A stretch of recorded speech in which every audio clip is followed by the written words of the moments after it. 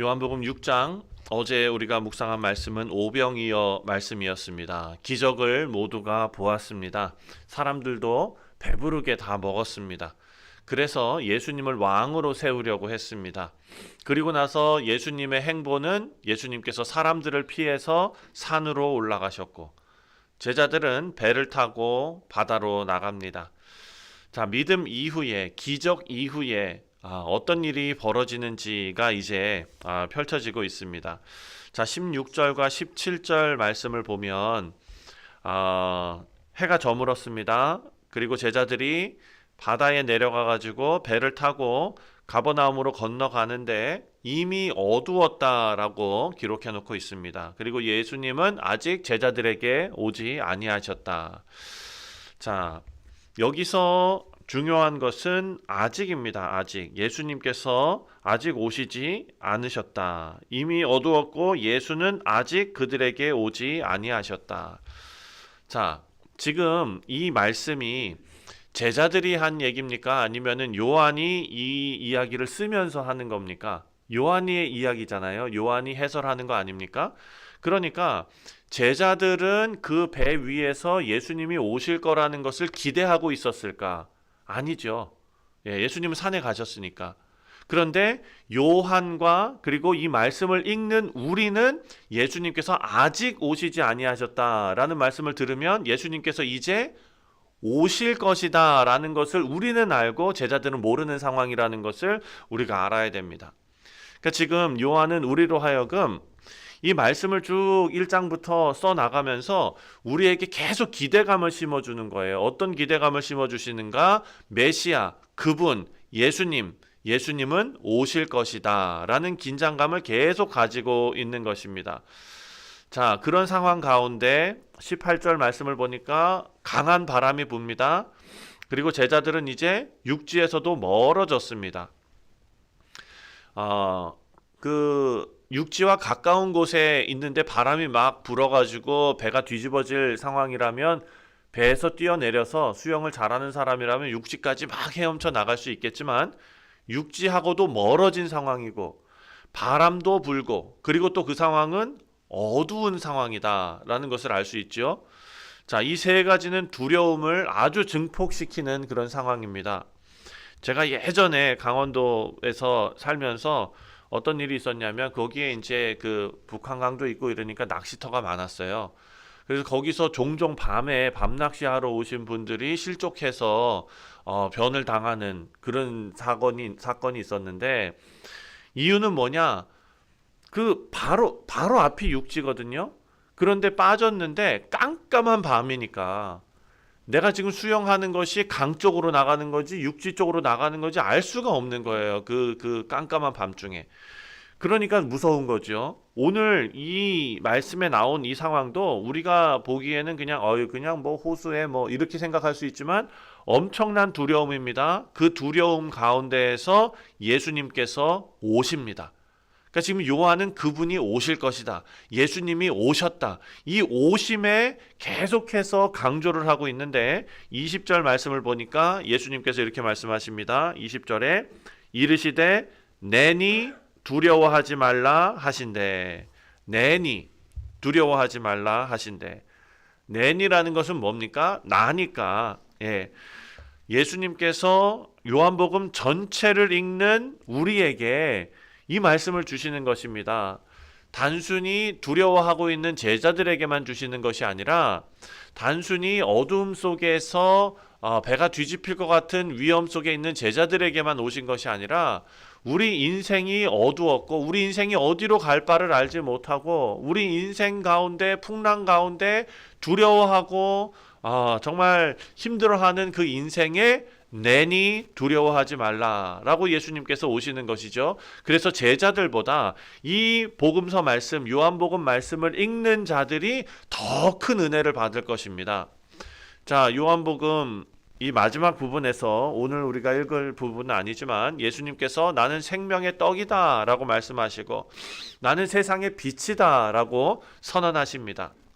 근데 지금은 예수님께서 내니 나다 라고 말씀하시지만 예수님 존재 자체가 제자들의 두려움을 다 해결해 주고 있다라는 것이죠. 그리고 21절에 보니까 제자들이 기뻐서 21절에 이에 기뻐서 배로 영접하니 배는 곧 그들이 가려던 땅에 이르렀더라.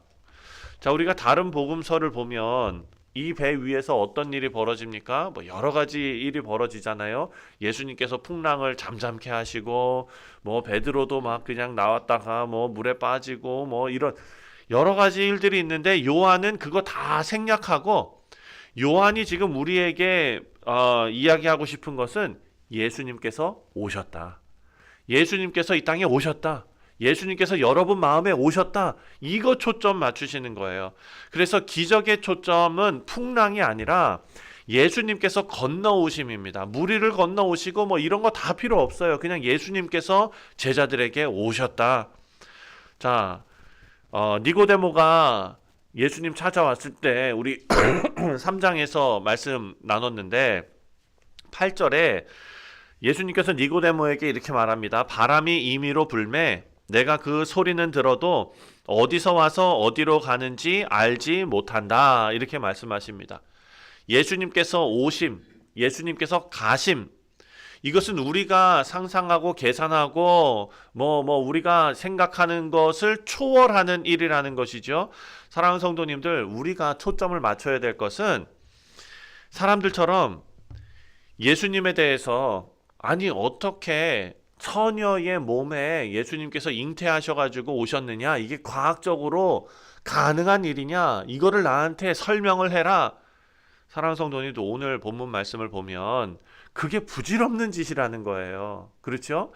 예수님께서 어떤 방식으로 오시고 이것을 이해하는 것이 문제가 아니라 예수님께서 오신다는 사실을 믿는 것, 그게 중요하다는 것이죠. 이거는 다 놓쳐버리고 예수님께서 세상에 어떻게 오셨냐, 십자가에서 어떻게 살아나셨냐, 이게 중요한 것이 아니다라는 것입니다. 오심, 우리 인생에 찾아오심, 그리고 그것이 내가 믿어지는 것, 이것이 구원에 이르는 하나님의 섭리이며 우리가 항상 감사 찬송해야 할 일인 줄 믿습니다. 자, 두 번째로 22절부터 26절까지 말씀을 보면은요, 이제 장면이 바뀌거든요. 22절에 이튿날 바다 건너편에 서 있던 무리가 배 한 척 외에 다른 배가 거기 없는 것과 또 어제 예수께서 제자들과 함께 그 배에 오르지 아니하시고 제자들만 가는 것을 보았더니, 자, 이튿날 거기에 많은 사람들이 예수님을 찾습니다. 그리고 이 사람들은 지금 다 기억하고 있어요. 예수님 떠나실 때 예수님은 산으로 가셨고 제자들은 배 타고 갔고, 근데 예수님이 어떻게 이 건너편까지 오셨지? 이게 이제 궁금한 거지요. 그래서 25절에 이렇게 물어봅니다.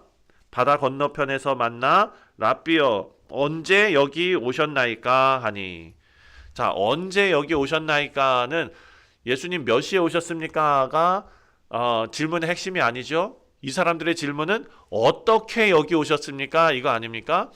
예수님께서는 그 질문에 대답을 하지 않으십니다. 대신에 이 사람들 마음을 꿰뚫어 보시고 뭐라고 얘기하시느냐, 26절에 예수께서 대답하여 이르시되 내가 진실로 진실로 너희에게 이르노니 너희가 나를 찾는 것은 표적을 본 까닭이 아니요 떡을 먹고 배부른 까닭이로다. 이렇게 말하십니다. 자, 표적을 보았기 때문이 아니라, 표적의 의미를 너희들이 깨달아서가 아니라 그냥 떡 때문에 그렇다라고 말씀하십니다. 야, 요한복음에서 예수님께서 말씀하시는 표적은 무엇입니까? 바로 예수님의 영광이 드러나는, 하나님의 뜻이 드러나는 그런 일 아닙니까?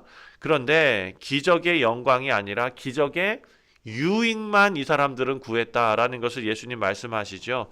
예수님께서 산으로 떠나가신 이유가 뭡니까? 이들이 떡 베푸시는 것을 보고 예수님을 무엇로 삼으려고 그랬습니까? 네, 왕으로 삼으려고 했지 않습니까? 예수님 그 말씀을 하시는 겁니다. 그들이 원하는 왕은 영원한 생명을 주는 왕을 그 사람들이 기대한 것이 아니라 계속해서 떡 주는 왕을 기대했기 때문이죠. 자, 그리고 27절부터 29절까지 말씀을 보니까 그런 무리를 향하여 예수님께서 이런 메시지를 주십니다. 27절 썩을 양식을 위하여 일하지 말고 영생하도록 있는 양식을 위하여 하라. 이 양식은 인자가 너희에게 주리니 인자는 아버지 하나님께서 인치신 자니라. 아멘. 하나님께서 인치셨다라는 것은 하나님께서 예수님을 보내셨고, 그리고 예수님을 권위 있게 세우셨다라는 말씀이죠. 그러니까 예수님은 단순히 그냥 뭐 가르침을 주시려고 오신 랍비, 선지자 혹은 선생님이 아니라 하나님께서 구원을 위해서 특별히 구별하시고 그리고 보내신 유일한 구속자, 메시아 예수님이다라는 것이죠. 자, 그런데 예수님께서 본인을 그렇게 드러내셨는데 28절에 그들이 이렇게 물어봅니다. 그들이 묻되 우리가 어떻게 하여야 하나님의 일을 하오리까? 자, 이 말씀 들으면 이들이 올바른 질문을 하는 것처럼 느낄 수 있습니다. 예수님이 본인이 어떤 분이라는 것을 드러내시고 나서, 그렇다면 예수님, 우리가 어떤 일을 해야, 어떻게 해야 하나님의 일을 하겠습니까? 그러면 아우 착하다. 야, 그래 너희가 이 일을 하려고 하는구나 라고 받아들여지는 것이 아니라 이들의 마음을 한번 보시면 어떤 일을 해야 한다라고 말하지 않습니까?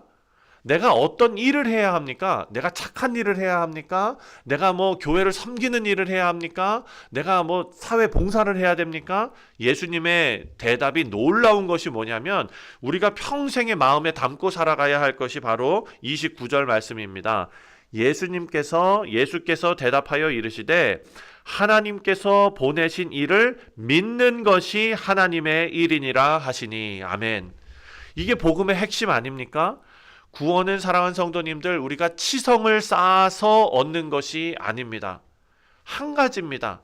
보내신 이를 믿는 것. 다시 말해서 믿음조차도 인간의 공로가 아니다라는 것이죠. 하나님의 일입니다. 그러니까 보내신 이를 믿는 것, 보내신 이를 믿게 되는 것, 이것이 다 하나님의 일이다라는 것이죠. 하나님의 일은 믿는 것. 믿음이 하나님께서 일하신 결과라는 뜻입니다.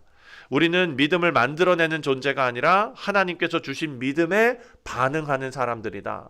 그러니까 그 믿음에 반응하게 되면 우리가 어떻게 살겠습니까? 정말 뭐 하나님 없는 사람처럼 살까요? 아니죠. 믿음의 반응으로서의 선한 일, 믿음의 반응으로서의 순종, 믿음의 반응으로서의 섬김.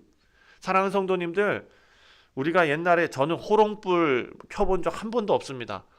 근데 뭐 여기 계신 분들이 켜보셨는지는 모르겠는데 호롱불에 기름이 다 떨어지면은 심지가 타버리고 그냥 끝나잖아요. 그렇죠? 기름이 계속 채워지면 어떻게 됩니까? 불이 꺼지지 않고 계속 타잖아요. 오늘 이 말씀이 그 말씀 아닐까요? 하나님의 일은 하나님을 믿는 일인데 우리가 그 믿음 안에서 선행을 행하고 봉사하고 사역을 하고 이러면 성령께서 공급해 주시는 일로 우리가 지치지 않고 때로는 흔들려도 포기하지 않고 계속 하나님의 일을 할 수 있지 않겠습니까? 사랑하는 성도님들, 오늘 이 말씀 묵상하신 우리 모두가 하나님께서 주시는 성령의 역사하심으로 하나님을 믿는 그 믿음으로 하나님을 섬기는 그 일에 지치지 않고 사역하신 우리 모두 되시기를 바랍니다. 말씀을 맺습니다. 오늘 본문 말씀 보니까 두 종류의 사람들이 있었습니다. 어두운 바다 위에서 예수님의 오심을 경험한 제자들이 있었고요. 그리고 배부름 때문에, 떡 때문에 예수님을 찾았던 그런 사람들이 있었습니다. 같이 예수님을 만났는데 반응이 다 달랐습니다. 사랑하는 성도님들, 우리도 예수님께서 내니 두려워하지 말라라고 하신 말씀을 우리가 마음속에 잘 담고 하나님의 일은 하나님 믿는 것이다 라는 예수님 말씀도 마음에 잘 담고 주님을 이용해 먹으려는 신앙생활이 아니라, 여기는 그런 분 한 분도 안 계시는 줄 믿습니다. 주님을 믿는 신앙이 우리 가운데 영원히 있고 또 자손 만대로 그것이 정말 전수되는 귀하고 복된 우리 성도님들 다 되시기를 주님의 이름으로 축원드립니다. 기도하겠습니다. 하나님 아버지, 우리가 말씀을 통해서 예수님을 왜 우리가 찾는지를 다시 돌아보게 하시니 주님 감사합니다. 아버지여, 우리 인생 가운데 정말 어둡고 두려운 그런 상황 속에서 주님께서 먼저 찾아오셨습니다. 내니 두려워하지 말라라며 우리에게 오셨고, 또 우리의 삶의 풍랑 가운데에서 주님께서 찾아오셔서 우리가 이해하지 못해도, 아버지, 우리가 그 상황을 다 해결하지 못해도 주님께서 오셨다라는 것을 믿으며 살아가는 귀한 믿음의 백성들이 다 되게 하여 주시옵소서.